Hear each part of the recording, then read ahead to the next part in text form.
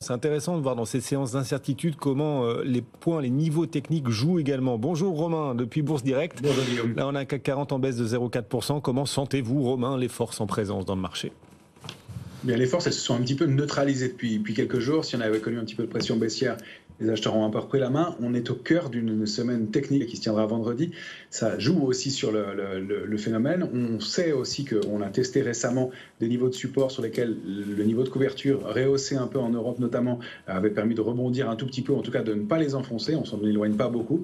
C'est pas exactement le même comportement sur les indices américains où là on a rebondi pas mal et sur les niveaux actuels on est plus complaisant. On constate qu'on a un relatif optimisme en amont de ce rendez-vous. Alors on n'est plus dans le niveau de complaisance qu'on avait connu avant l'été, qu'on avait indiqué avant la saison des publications notamment, qui nous avait valu quelques trous d'air, c'est le moins qu'on puisse dire, mais on n'est pas non plus dans le niveau de pessimisme fort qu'on a connu au mois d'août. Donc on est entre deux eaux, on est préparé à un relatif épisode de volatilité. Attention à ce que celui-là ne soit pas trop fort. Dans tous les cas, c'est une étape à passer sur le marché, mais je ne sais pas si on aura beaucoup de momentum après cet événement majeur de ce soir, parce qu'il y aura ensuite l'autre événement majeur, c'est la saison des publications qui ne sera pas tout de suite. Et je ne sais pas si les opérateurs vont prendre beaucoup d'initiatives, même malgré qui aura lieu ce soir. Effectivement, la Fed ce soir pourrait, avec sa décision, sa communication, donner le là pour plusieurs semaines sur les marchés parce que les prochains grands événements n'arriveront que dans 3 semaines, un mois, les publications d'entreprise. D'ici là, effectivement, la Fed ce soir donnera le là et peut-être marquera d'une empreinte durable la tendance et l'ambiance sur les marchés. Quels sont les niveaux techniques à suivre du coup, Romain ?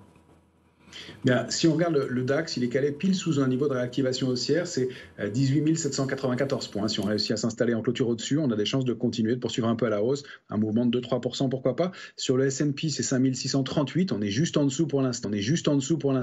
C'est le niveau de résistance des tops historiques du S&P. Est-ce qu'il va être capable d'aller rechercher des extensions lui aussi? Sur le CAC 40, on est calé un petit peu plus bas techniquement, dans une zone qui est 7 399 en bas, 7 527 en haut.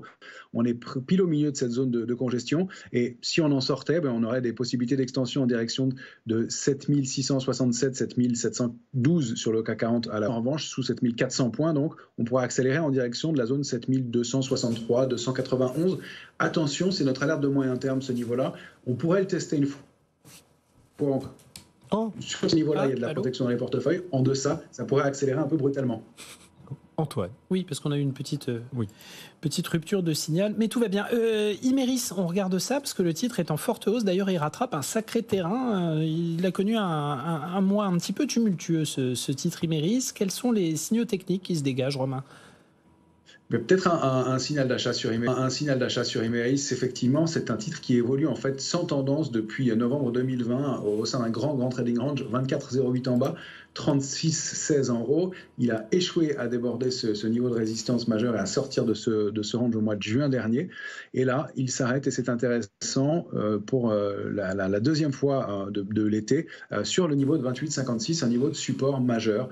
Et on ouvre aujourd'hui en gap qui pourrait être un gap de rupture et avec une petite accélération aussi. Alors, on n'a pas un volume énorme pour l'instant, mais un signal d'arrêt au milieu du trading range et on ne retourne pas en bas, c'est plutôt pas mal. On a un premier plafond de verre à 31,12 à déborder pour aller chercher une première cible à 33,68, et puis ensuite, pourquoi pas le haut du range à 36,16. Imerys à suivre donc et qui envoie des signaux techniques peut-être prometteurs pour la suite. Romain Daubry qu'on retrouvera à 17h35 à la clôture des marchés. À tout à l'heure Romain depuis Bourse Direct. Tiens, la data room d'hier vous a intéressé en nombre, celle de Jean-Jacques Friedman. C'était hier soir. Il nous parlait de la chute du secteur automobile en Europe. On n'est pas sorti des ronces, manifestement, c'est ce qu'il nous a expliqué. La faute à qui a la clé pour redémarrer le moteur sur le secteur automobile. Le replay de la data room d'hier est bien sûr disponible sur l'application BFM Business. Il est 16h39. La Fed va ce soir donc baisser ses taux. C'est le D-Day, le jour le plus long pour les marchés. Et c'est suspendre le temps.